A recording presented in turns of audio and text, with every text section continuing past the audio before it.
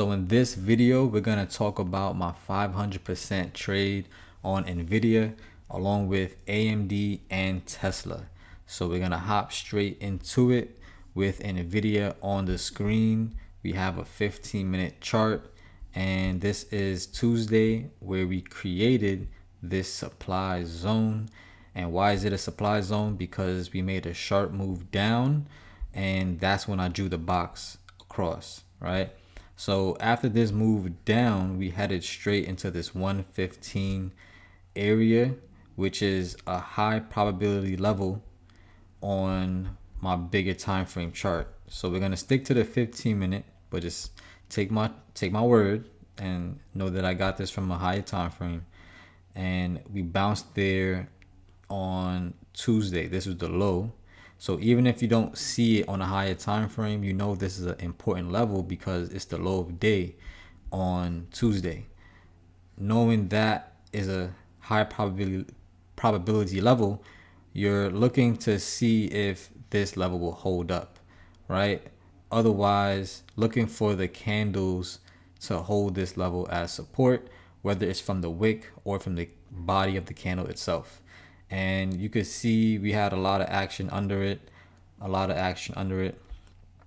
on a higher time frame, you're gonna see that the candles had issues closing below this level.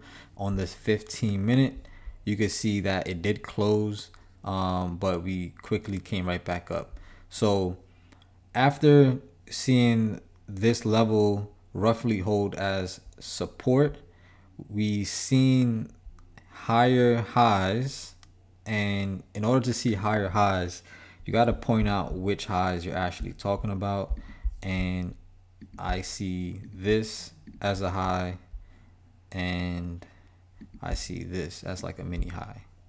All right, we could zoom in.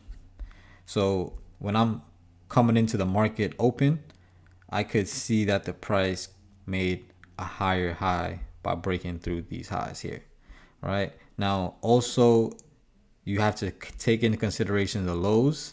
Notice we're making lower lows, but here this is our first sign of an uptrend because we have a higher low, right? Higher lows and higher highs is what creates uptrends, right? So we could simply draw a line that creates all those highs, and you see how they're making higher highs, and all these lows are getting higher, right? So that is an uptrend. The first way you could spot these is by spotting the higher lows, higher highs, lower lows, lower highs for downtrends. So once we got this range break above this high, that gave me the confidence to enter some call options. And there's a few other reasons as well when you take a look at the volume, the moving averages, the bigger time frames, the overall market. There's a lot to explain about this one setup, but long story short, grab some calls right about, what is this, 10:15. Let's see, no, I think it was this candle here. So around 11. I think it's pretty far. That's why I drew it. It's a little far off. So once you've seen the break above the, what do you call it, the high of day, grab some calls. And when we woke up, the price was in profit, but you could see that we're above these moving averages, right, which tells you bullish. And then you also have the price holding higher lows. There's so much to analyze when it comes to these setups, but you can see the high from yesterday also holding as support. So there's many reasons that told me to hold NVIDIA, even though I was already up in profit, and that's when it exploded for an even bigger move, which created that 515% trade for me overnight. At the same time, we had AMD. This was an overnight trade. I actually entered when it held above this zone, right, and this moving average, but it pretty much faked everyone out and took a dive down, and then ended up pushing back up in the morning, and sold in a 166 area, and that was enough for me for 150%. All right, later hit this 166.80 something level and came right back down. All right, we gotta all wait for tomorrow morning and see what's going on with the news. We have Tesla. This was the opposite direction. We took puts, and you could see that we had a huge move down yesterday, which was Wednesday. This was, I believe, they had earnings. They had a report, and it didn't turn out so well, which sent the market down. Had a recovery coming back up. Market open.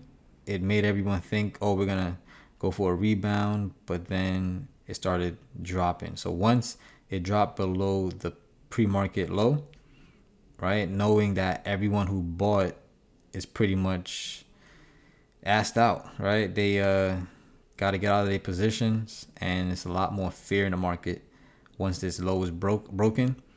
And then you also have the moving average holding as resistance. So once right about on this candle, that's when I decided to grab puts, and we took that all the way down to about 139.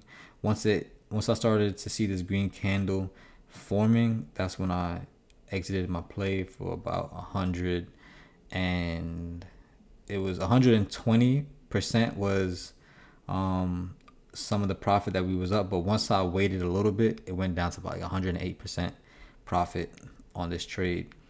So this was a good day, right? Had some good swings, pretty good intraday trade on Tesla, and we got caught up with Baba, right?